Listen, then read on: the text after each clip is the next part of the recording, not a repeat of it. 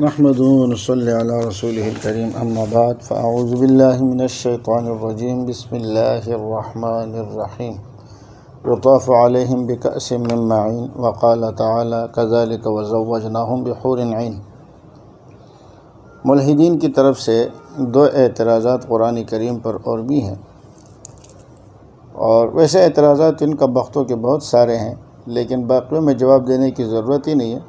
کچھ اعتراضات ایسے جو مشہور ہیں، ان میں سے ایک اعتراض تو یہ ہے کہ دنیا میں شراب کو حرام قرار دیا ہے اور آخرت میں کہتے ہیں کہ جنت میں شراب دی جائے گی۔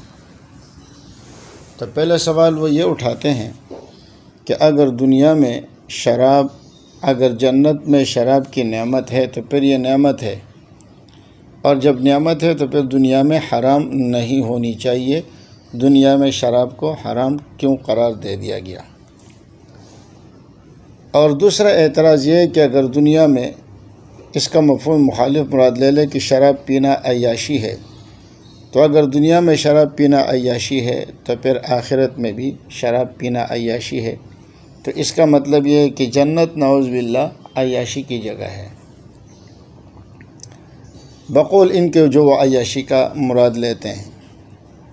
تو پہلی بات یہ ہے کہ دنیا میں شراب حرام ہے، اس کی حرمت کی وجہ کیا ہے؟ انسان کو جو اللہ تعالیٰ نے اشرف المخلوقات بنایا ہے اور تمام جانداروں میں انسان کو اعلیٰ مقام دیا ہے، اس کی وجہ کیا ہے؟ اس کی وجہ صرف اور صرف یہ ہے کہ انسان کو اللہ تعالیٰ نے جو عقل دی ہے وہ اپنے عقل کے اعتبار سے دوسروں سے ممتاز ہے۔ اب ظاہر ہے کہ ہر جاندار کے اندر کچھ نہ کچھ عقل ہے جو اس کی ضرورت کے حد تک ہے، لیکن انسان کو جو عقل دی ہے وہ دوسرے جانوروں سے بالکل ممتاز ہے، اور یہ سب کو معلوم ہے کہ انسان میں اور دوسرے جانور کے اندر کیا فرق ہے۔ اور شراب ایسی چیز ہے جو انسان کے عقل پر پردہ ڈال دیتی ہے۔ عقل پر پردہ آنے کے بعد انسان اور جانور میں کوئی تمیز باقی نہیں رہتی۔ جب عقل زائل ہو جاتی ہے تو پھر انسان نہیں رہتا، بلکہ وہ جانوروں کے صف میں شامل ہو جاتا ہے۔ قتل و غارت گری، لڑائی جھگڑے، گالی گلوچ، یہاں تک کہ بدکاری، زناکاری، یہاں تک کہ ماں بہن تک کی اس میں تمیز نہیں رہتی۔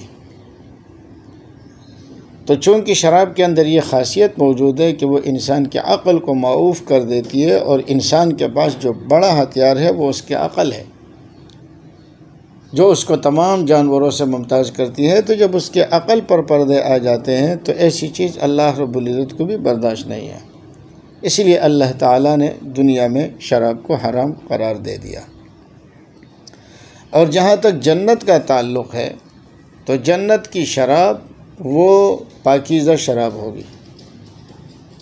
فرمایا کہ نہ اس سے درد سر آئے گا، نہ اس کے ذریعے وہ اول فول بکیں گے، بلکہ جسم کے اندر ایک سرور، نشاط اور مستی تو آئے گی، مگر یہ کہ اس کے عقل اپنی جگہ رہے گی، اور نہ ہی اس کے عقل پر کوئی بات آئے گی، اور نہ ہی اس کے زبان پر اور نہ اس کے جسم پر، جیسے دنیا میں شراب پینے کے بعد لڑکھڑاتا ہے اور درد سر رہتا ہے، الٹی سیدھی باتیں کرتا ہے، گالی گلوچ کرتا ہے۔ شرابیوں کو آپ نے دیکھا ہوگا، جنت کے شراب میں یہ چیز نہیں ہوگی۔ جب یہ چیز نہیں ہوگی تو لہٰذا جنت میں شراب ایک نعمت ہے اللہ کی طرف سے، اور دنیا میں شراب جو ہے ایک لعنت ہے جو انسان کے عقل کی دشمن ہے۔ اب رہی یہ بات کہ یہ تو عیاشی ہے، جنت عیاشی کی جگہ ہے، تو یہ بات یاد رکھیں، جنت ہے ہی عیاشی کی جگہ۔ عیاشی کرنی ہے یا تو دنیا میں کرنی ہے یا آخرت میں کرنی ہے۔ جس نے یہ عیاشی دنیا میں کی اسے آخرت میں نہیں ملے گی۔ اور نبی علیہ السلام نے فرمایا لکم فی الدنیا ولنا فی الآخرہ، تمہارے لیے دنیا میں عیاشی ہے اور ہمارے لیے آخرت میں۔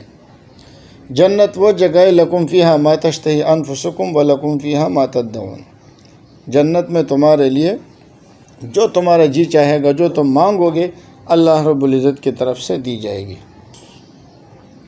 تو جنت جگہ ہی سکون کی ہے، آرام کی ہے، عیاشی کی ہے، وہاں انسان جو چاہے گا وہی اس کو ملے گا۔ اگر عیاشی سے آپ کی مراد یہ ہے تو بالکل جنت عیاشی کی جگہ ہے، بہت ساری چیزیں ایسی ہیں جو دنیا کے اندر حرام ہے لیکن جنت میں اللہ اس کی اجازت دے دیتے ہیں، جیسے مردوں کے لیے سونے کے زیور کا حکم ہے، یا اسی طرح ریشم کا حکم ہے، یا اسی طرح شراب کا حکم ہے۔ جس نے دنیا میں یہ چیزیں استعمال کی تو فرمایا آخرت میں پھر اسے نہیں ملے گی۔ تو جنت کی شراب پر اعتراض کرنے سے یہ سمجھنا ہے کہ دنیا میں عیاشی ہے اور دنیا میں گناہ ہے تو پھر آخرت میں بھی گناہ ہونا چاہیے، تو دونوں شرابوں کے اندر فرق ہے اور دونوں کی علت بھی الگ الگ ہے۔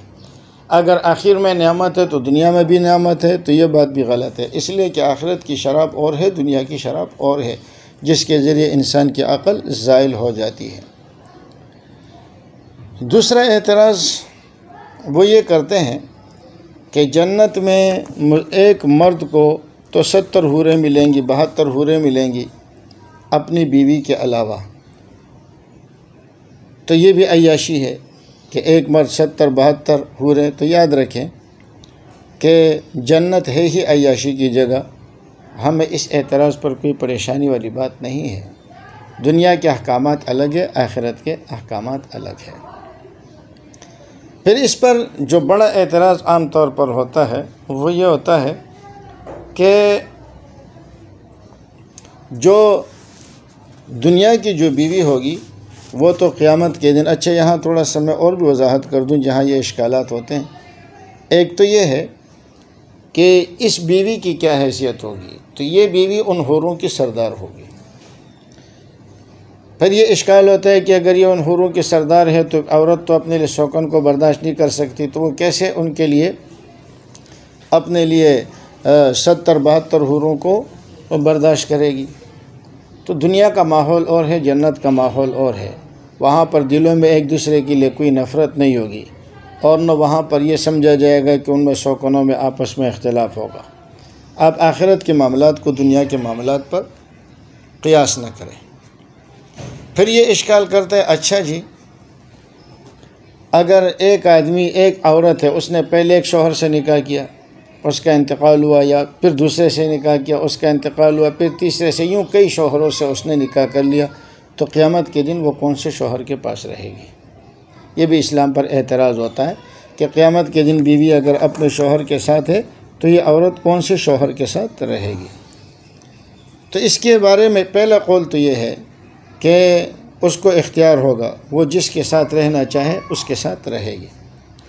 دوسرا یہ کہ وہ اپنے آخری شوہر کے ساتھ رہے گی، اور تیسرا یہ کہ جس نے اچھا برتاؤ کیا ہو تو وہ اس کے ساتھ رہے گی۔ دنیا میں جس کے ساتھ اس کا تعلق اچھا رہا، برتاؤ جس نے اچھا کیا، وہ اس کے ساتھ رہے گی۔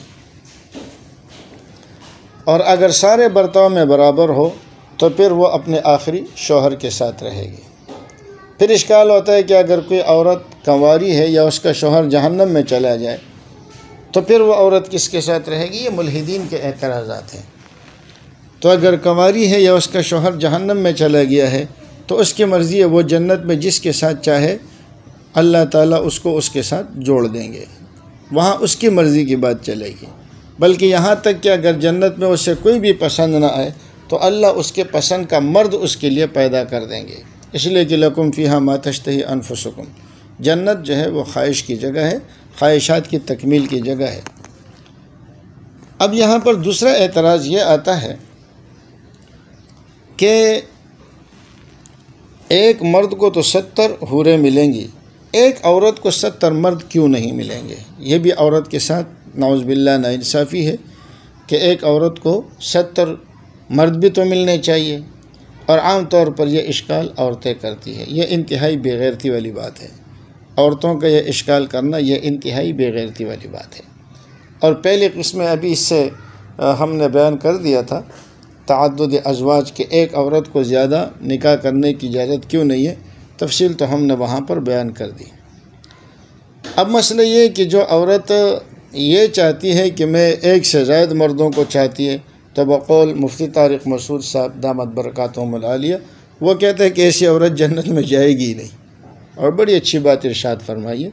وہ کہتے ہیں کہ جو اس نوعیت کی عورت ہوگی، اس چال چلن کی ہوگی کہ وہ کئی مردوں کو پسند کرے گی، تو وہ جنت میں جائے گی ہی نہیں، تو جب جائے گی نہیں تو 70 کا سوال ہی نہیں ہے۔ عورت کی عفت اور پاک دامنی اس میں ہے کہ دنیا میں بھی کہ وہ اپنے لیے ایک کو پسند کرتی ہے، پھر یہ کہ وہاں پر اس کی یہ خواہش ہوگی، تو یاد رکھیں جنت خواہش کی جگہ ہے، لیکن جو چیزیں وہاں نہیں ہیں اس کی خواہش ہی نہیں ہوگی۔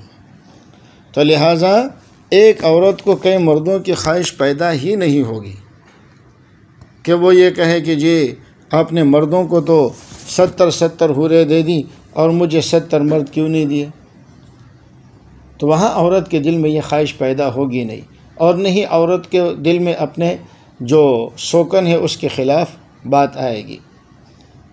اب چونکہ یہاں مفتی طارق مسعود صاحب نے ایک مولوی صاحب کا ذکر کیا ہے کہ جن پر یہ اشکالات کیے گئے، ایک خاتون کی طرف سے وہ اس پر اعتراض کر رہی ہے کہ جی جنت کے اندر ایک عورت کو 70 مرد کیوں نہیں ملیں گے؟ تو مولوی صاحب آگے سے کہتے یہ سوال مجھ سے نہیں پوچھو، یہ اللہ سے پوچھو۔ تو بھائی وہ تو اعتراضات سارے قرآن پر ہی کر رہی ہے، تو پھر سارے ہی اللہ سے پوچھے نا، پھر ہم لوگ کس لیے بیٹھے ہیں؟ ہماری کیا ضرورت ہے؟ کیا اعتراض تو مجھ پہ نہیں آتا، یہ تو اللہ پہ آتا ہے۔ اس اشکال کا جواب آپ اللہ سے لیں۔ تو یاد رکھیں ہم مسلمان ہیں الحمدللہ، اور ہم اپنے دین کا، اپنی کتاب اور اپنے قرآن کا ہم دفاع کرنا جانتے ہیں، لیکن مولوی صاحب کہہ رہے ہیں آپ اللہ سے پوچھو، تو پھر ہر بات اللہ سے پوچھو نا، پھر آپ اللہ پر اعتراضات کے جوابات کیوں دے رہے ہیں؟ تو بہرحال اس مولوی صاحب سے بات بنی نہیں ہے، کوئی معقول جواب انہوں نے نہیں دیا۔ باقی مفتی طارق مسعود صاحب نے یہ شکایت کی ہے کہ علماء کو نہیں چاہیے کہ وہ ایسے مجالس میں جائیں۔ مفتی صاحب بالکل بجا فرما رہے ہیں کہ علماء کو ایسے لوگوں کے سامنے نہیں جانا چاہیے، لیکن مفتی صاحب وہ لوگ چیلنج کرتے رہتے ہیں اور وہ کہتے ہیں کہ ہے کوئی ایسا مولوی جو آئے اور ہمارے سوال کا جواب دے۔ اب اگر مولوی نہیں جاتے، اور مفتی صاحب نے یہ بھی فرمایا کہ مولوی وہاں جاتا ہے کہ جہاں اصلاح کی امید ہو، ان کے اصلاح کی امید نہیں ہوتی، اور یہ مفتی صاحب بالکل بجا فرما رہے ہیں، وہ اصلاح نہیں، وہ صرف اعتراض پر اعتراض کرنا چاہتے ہیں۔ اگر آپ یہ چاہتے ہیں کہ میں جا کر کے ان سے بات کروں اور وہ مان جائے گا تو بہت مشکل ہے، الا ماشاءاللہ بہت کم لوگ ایسے ہیں، جیسے مفتی یاسر ندیم الواجدی کے اس میں پروگرام میں ماشاءاللہ کئی لوگوں نے کلمہ پڑھا ہے، لیکن اکثر کا مزاج یہ ہے کہ وہ صرف اعتراض کرتے ہیں اور ان کا مقصد اصلاح، نہ اپنی اصلاح ہے نہ دوسروں کی اصلاح ہے۔ تو یہ بات تو مفتی صاحب بالکل بجا فرما رہے ہیں کہ ایک عالم جب وہاں جاتا ہے وہ خود کو ذلیل کروا دیتا ہے ان لوگوں کے سامنے۔ مگر ہم دوسرے پہلو سے بھی اگر دیکھیں تو چونکہ وہ مسلسل چیلنج کرتے ہیں کہ کوئی آ جائے اور ہمیں جواب دے، اب اگر ان کو جواب دینے کے لیے کوئی نہ جائے تو پھر ہمارے سیدھے سادے مسلمان سمجھتے ہیں کہ اعتراض واقعی بالکل صحیح ہے، اور لوگ نعوذ باللہ مرتد ہونا شروع ہو جاتے ہیں۔ تو میری رائے یہ ہے کہ جو بڑے درجے کے علماء ہیں نامور، وہ تو نہ جائیں۔ ہم جیسے گمنام لوگ اگر جائیں جن کو کوئی جانتا نہ ہو، تو ان کو دھول چٹانے کے لیے انشاءاللہ ہم جیسے لوگ کافی ہیں۔ جو ہمارے بزرگان دین ہیں، مفتی طارق مسعود صاحب یا مفتی تقی عثمانی صاحب یا بڑے درجے کے علماء، ان کے شان کے لائق نہیں ہے کہ وہ ایسی جگہوں پر جائے، لیکن اگر ہم جیسے لوگ بھی وہاں نہ جائیں تو اس کا مسلمانوں کے اوپر بہت برا اثر پڑتا ہے۔ تو بہرحال جنت خواہش کی جگہ ہے، اور جو چیزیں جنت میں جس کو نہیں ملتی وہاں اس کی خواہش بھی نہیں ہوگی۔ تو ایک عورت کو 70 مردوں کی خواہش بھی نہیں ہوگی، اور مرد چونکہ یہ میلان رکھتا ہے تو ایک مرد کے لیے 70 حوروں کی اجازت وہاں پر ہوگی، اور یہ ہے کہ وہاں اس کی خواہش بھی ہوگی، اور عورتوں میں آپس میں سوکن والا تعلق بھی نہیں ہوگا، اس لیے کہ وَنَزَعْنَا مَا فِي صُدُورِهِم مِّن غِلٍّ، دلوں کا کینہ وہاں صاف کر دیا جائے گا۔ جنت آباشت کے آزار نباشت، کسے رابا کسے کار نباشت، ان لوگوں نے جنت کا مذاق اڑانا شروع کر دیا، کہتے یہ ہماری سمجھ سے باہر ہے۔ بلکہ میں نے سنا ہے کہ ملحدین کہتے ہیں کہ یہ مولویوں کے چورن ہے، جنت یہ مولویوں کے بیچے ہوئے چورن ہے، نہ جنت کی کوئی حقیقت ہے نہ جہنم کی کوئی حقیقت ہے، ان کے ہاں ساری چیز ان کے عقل پر ہے، جو ان کے عقل نے تسلیم کر لیا وہ اسے مان جائیں گے، حالانکہ عقل خود بھی ایسی چیز ہے کہ جو کسی ایک جگہ پر نہیں کھڑی۔ گھر کے اندر کئی سارے افراد ہیں، آپ کے بچے ہیں، عورتیں ہیں، بھائی بہن ہیں، بوڑھے ہیں، ظاہر ہے کہ ایک جوان اور شخص کے اندر جو اپنی عقل کی کمال کو پہنچتا ہے اس کی عقل اور ہوتی ہے، بچوں کی اور ہوتی ہے، عورتوں کی اور ہوتی ہے، بوڑھوں کی اور ہوتی ہے۔ اگر بوڑھے مطالبہ کرنا شروع کر دے کہ میں تو اپنی عقل کے مطابق جو چاہوں گا تمہیں کرنا پڑے گا، بچے کہتے ہیں میں اپنی عقل کے مطابق جو چاہوں گا تمہیں کرنا پڑے گا، تو اپنے ایک گھر کے اندر آپ اس چیز کو تسلیم نہیں کرتے، بلکہ ہر گھر میں ایک شخص ایسا ہوتا ہے جو اتھارٹی کی حیثیت رکھتا ہے اور اسی کی بات مانی جاتی ہے، اور اتھارٹی اسی کو مانا جاتا ہے جو عقل کامل رکھتا ہو۔ تو بہرحال یہ ان لوگوں کے شبہات اور اعتراضات ہیں، حقیقت سے ان کا کوئی تعلق نہیں، لیکن نہ ان کے جوابات دینے کی ضرورت ہے، مگر سیدھے سادے مسلمان بیچارے ان چیزوں میں مبتلا ہو جاتے ہیں، تو اس لیے ہمیں اس پر بولنا پڑتا ہے۔ اللہ ہمیں عمل کی توفیق دے۔